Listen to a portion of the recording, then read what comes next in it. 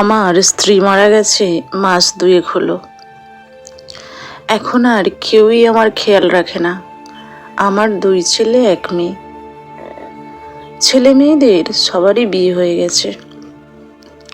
নাতিপুতিদের নিয়ে ভরা সংসার। এই কিছুদিন আগে একদিন প্রচণ্ড রোদে ইলেকট্রিক বিল জমা দিয়ে বাড়ি ফিরে এসে খুবই ক্লান্ত হয়ে পড়েছিলাম।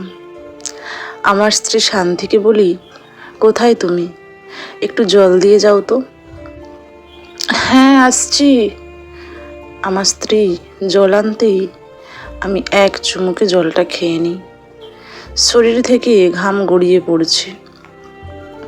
আমার স্ত্রী পাখার সুইচটা অন করে। পাখা চালাতে হবে না, তুমি বরং হাত পাখাটা দাও, এমনিতেই এত টাকা ইলেকট্রিক বিল এসেছে। তার ওপর যদি সবসময় পাখা চলে আরও তো অনেক টাকা বিল আসবে। আমার স্ত্রী আমার দিকে তাকিয়ে রয়েছে। কি হলো, পাখাটা বন্ধ করো। হ্যাঁ হ্যাঁ করছি। শান্তি হাত পাখা নিয়ে আমাকে হাওয়া দিচ্ছে। শরীরে যেন প্রাণ ফিরে পেলাম। যা গরম পড়েছে। হ্যাঁ গো, এত গরমে বাড়িতেই থাকা যাচ্ছে না। তার উপর এত রোদের মধ্যে তুমি বিল জমা দিতে গেছো। খুব কষ্ট হয়েছে না গো? না না, তেমন কিছু হয়নি। আসলে একটু বয়স হয়েছে তো, একটুতেই এখন হাঁপিয়ে যাই জানো। চলো খাবে চলো, বেলা গড়িয়ে এলো। কটা বাজে গো?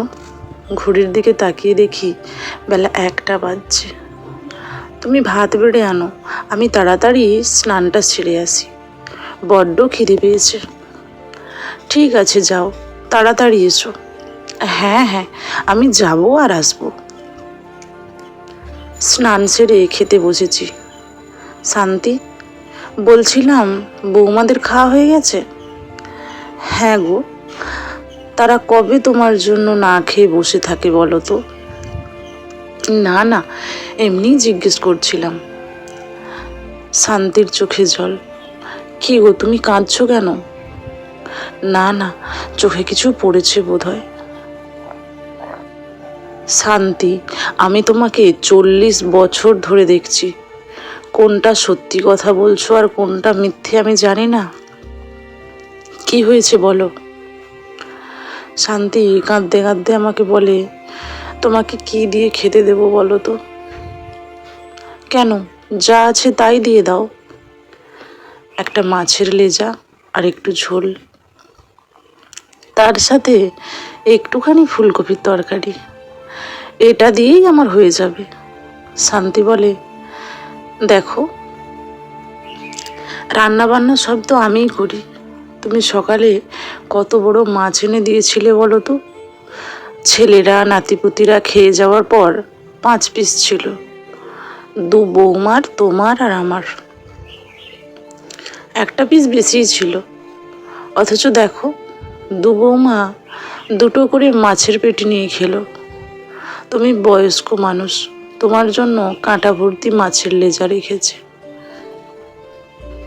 এই দাঁড়াও দাঁড়াও, 2টো করে মাছ খেয়েছে মানে? 5টা মাছ ছিল বলছো, তার মানে তুমি এখনো খাওনি? শান্তি চুপ থাকে। কি গো, তুমি খাওনি? না। আচ্ছা এসো, এই একটা মাছকেই আমরা দুজনে ভাগ করে খেয়ে নিই। তুমি বরং আর একটু ভাত নিয়ে এসো। ভাত আছে তো? হ্যাঁ আছে।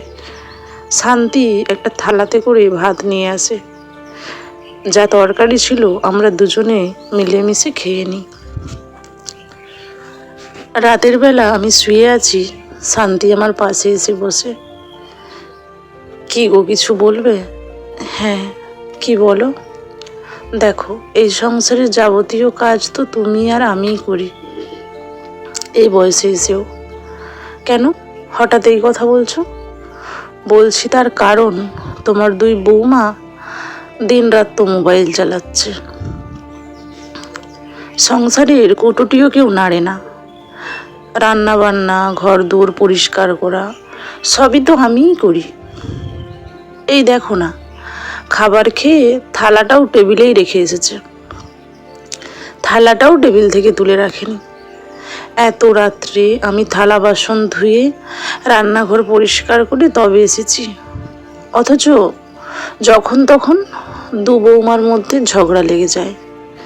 বড় বৌমা বলে সে বেশি কাজ করে, আর ছোট বৌমা বলে সে বেশি কাজ করে। এদেরকে কি বলি বলো তো? আর ঝামেলা আমার ভালো লাগে না। এই যে তুমি ভর দুপুরে ইলেকট্রিক বিল জমা দিয়ে ফিরছ, চাইলে তো ছেলেরা অফিস যাওয়ার সময় বিলটা জমা করতে পারে, না, তারা কেউ সেসব করবে না। তুমি ইলেকট্রিক বিল বাঁচানোর জন্য হাত পাখা টানছো, আর তোমার বৌমারা 24 ঘন্টা পাখার তলায় বসে মোবাইল টিপছে। ইলেকট্রিক বিল তো দূরের কথা, হাট বাজার থেকে শুরু করে গ্যাসের বিল সবই তো তুমিই দাও। অথচ সেদিন যখন বড় বৌমার মামা এলো, বড় বৌমা কি বললো জানো?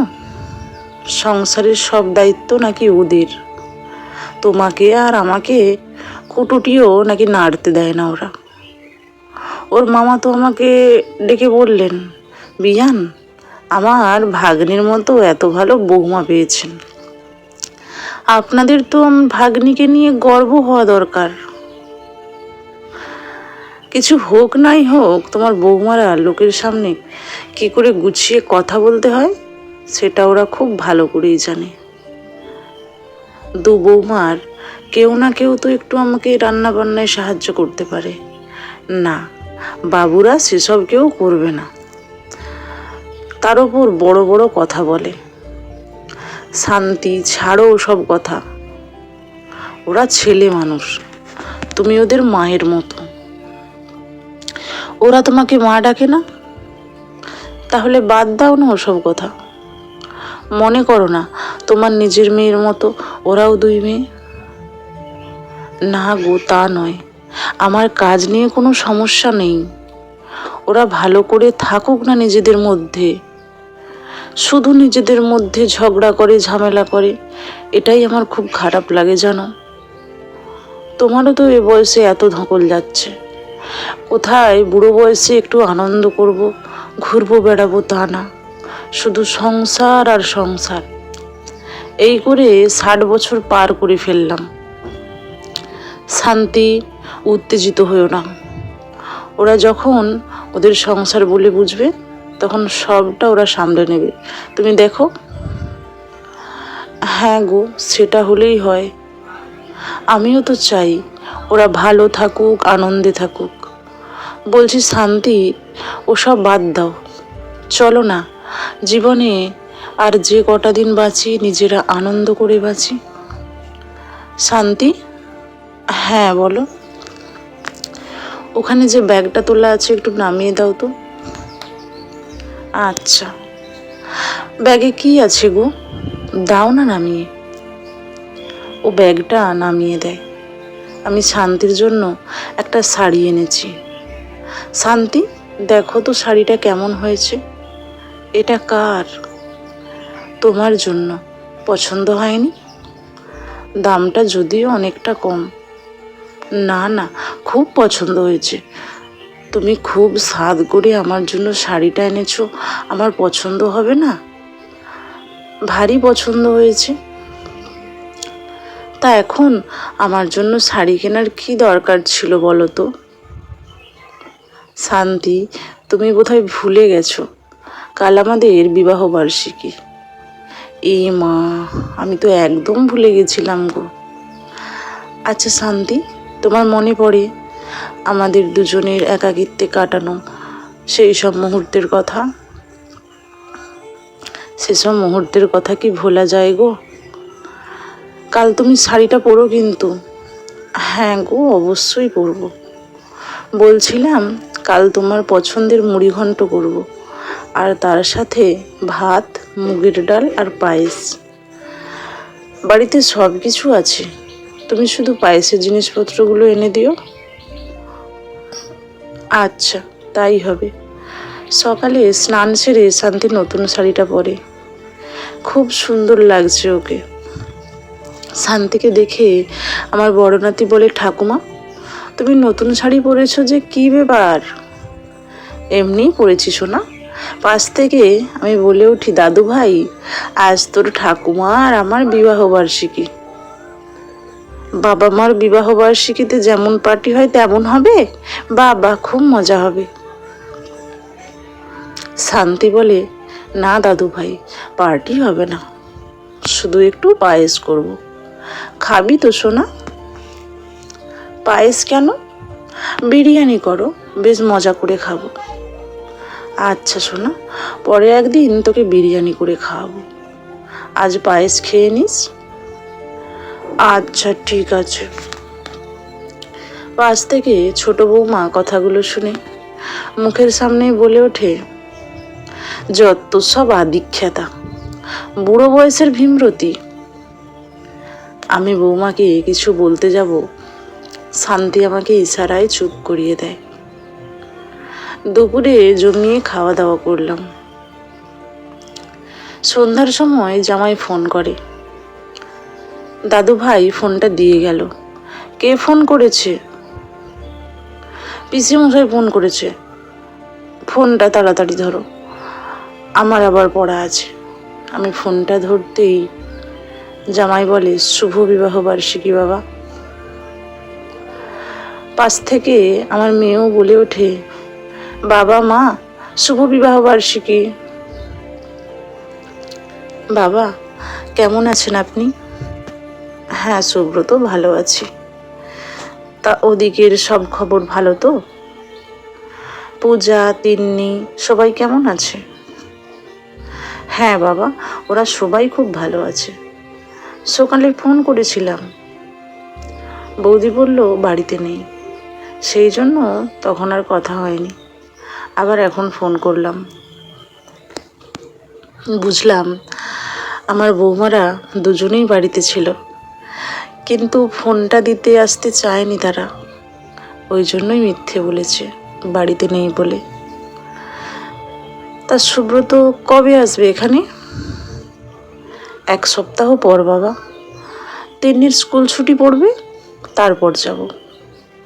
সুব্রত চেন্নাইয়ে থাকে, ওর বাবা মা নেই।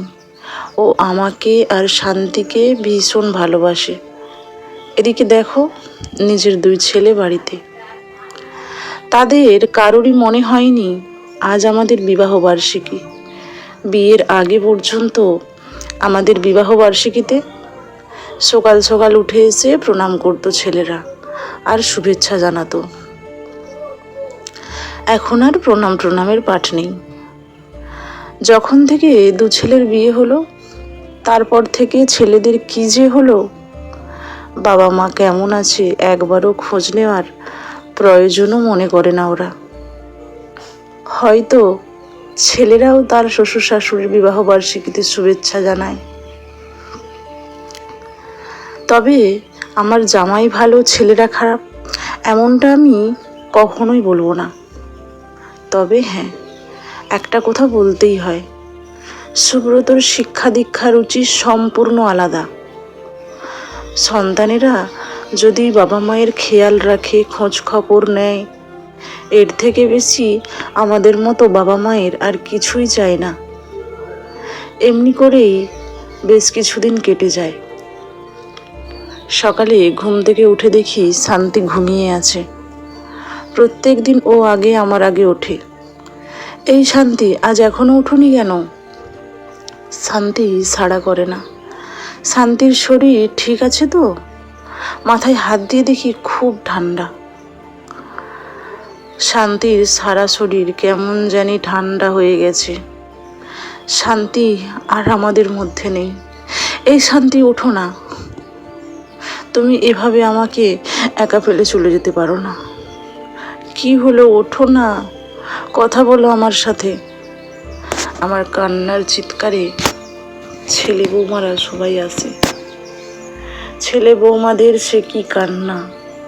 বেঁচে থাকতে 2 বৌমার কেউই কোনোদিন শাশুড়ি মাকে একদিনও রান্না করে খাওয়ায়নি। সেই শাশুড়ি মার জন্য এত কান্নাকাটি করছে, পুরোটাই ওদের লোক দেখানো। তোর বোনকে খবর দে, মেয়েটা আমাকে শেষ দেখাটা দেখে যাক। আমার বড় ছেলে সুব্রতকে ফোন করে, ওরা ফ্লাইটে করে এসেছে।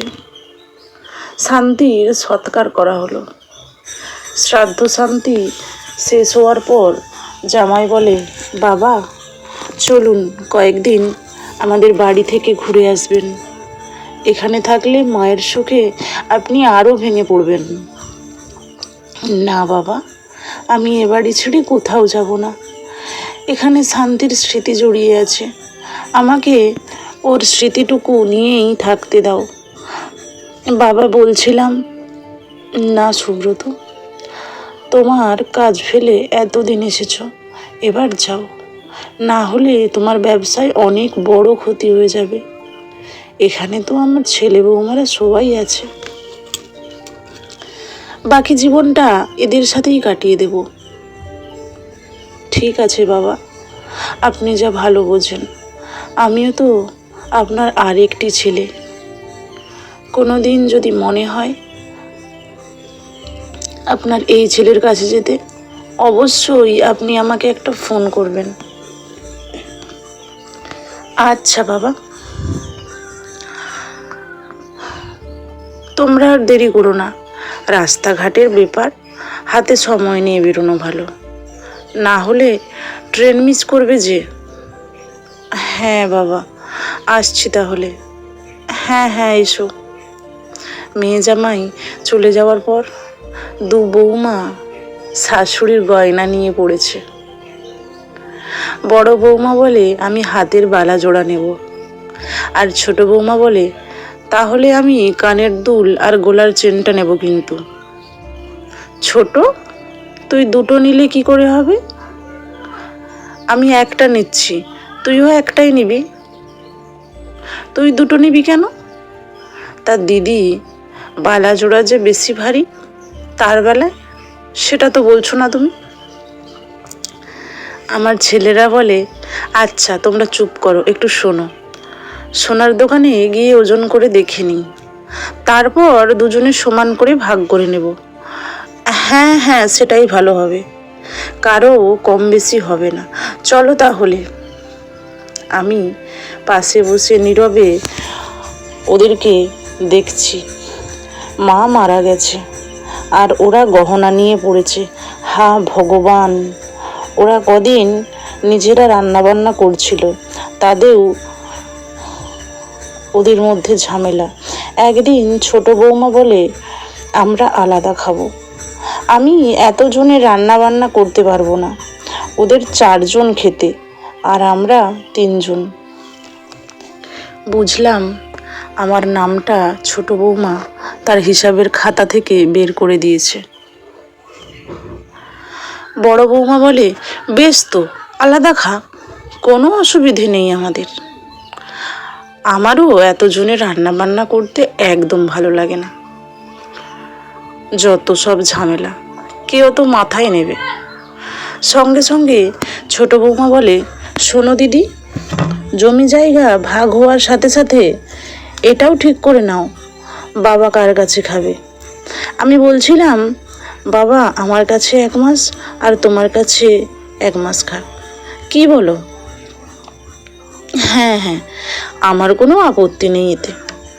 আমি যেন ওদের কাছে বোঝা, আমাকে ওরা নিজেদের মতো করে ভাগাভাগি করে খেতে দেবে। হায় রে কপাল। তা দিদি, বলছিলাম, বাবা যে ঘরে আছে ওই ঘরটা কে নেবে? ছোট, বাবাকে ওই ঘরেই থাকতে দে, কটা দিনই বা বাঁচবে বল। ওনাকে ঘর ছাড়া করিস না, লোকে বলবে শাশুড়ি মা মারা যাওয়ার সাথে সাথে শ্বশুরমশাইকে ঘর থেকে বের করে দিয়েছে। কথাটা শুনতে খারাপ লাগবে রে। না না দিদি, আমি বলছিলাম, বুড়িটা তো মরেছে, বুড়োটাও আর কতদিন। ছাড় ছোট, বাবা যখন না থাকবে তখন দেখা যাবে ঘরটা নিয়ে কি হবে, এখন ঘরটা ওনারই থাক। তারা নিজেদের মতো করে সব জিনিসপত্র ভাগাভাগি করে নেয়। আজকে আমার জন্মদিন, শান্তিটা বেঁচে থাকলে একটু পায়েস রেঁধে খাওয়াতো, আজ সেটাও জুটলো না। দুপুরে ছোট বৌমা আলু সেদ্ধ ভাত রেঁধে আমাকে বলে যাচ্ছে, শুনুন, আমরা আজ রেস্টুরেন্টে খেতে যাব, হাঁড়িতে ভাত রাখা আছে, খেয়ে নেবেন। খেতে গিয়ে হাঁড়ি খুলে দেখি 2 টুকরো আলু সিদ্ধ আর ভাত। আজ আমার জন্মদিন। এই জন্মদিনে বোধহয় এটাই আমার প্রাপ্য ছিল। সন্ধ্যায় ছাদে গিয়ে আকাশের দিকে তাকিয়ে ভাবছি, শান্তিটা যতদিন ছিল ততদিন আমরা দুজনেই সংসারটা চালাতাম, কোনো দিন খাবার কষ্টটা পাইনি। শান্তি আমার পছন্দ অপছন্দের খেয়াল রাখতো, আর আজ আমার পেনশনের টাকাটাও ওরা নিজেদের মধ্যে ভাগাভাগি করে নেয়। আমি যেন এ সংসারে ওদের কাছে বোঝা। আমি মরলেই বোধহয় ওরা সুখে শান্তিতে থাকতে পারে। এ কি নিষ্ঠুর জীবন! হা ভগবান, বাবাকে বাবা হয়ে পৃথিবী ছাড়তে দাও, বোঝা হয়ে নয়। সমাপ্ত। এতক্ষণ পাশে থাকার জন্য অসংখ্য ধন্যবাদ। ফিরে আসছি আবার একটা নতুন গল্প নিয়ে। সবাই ভালো থাকবেন।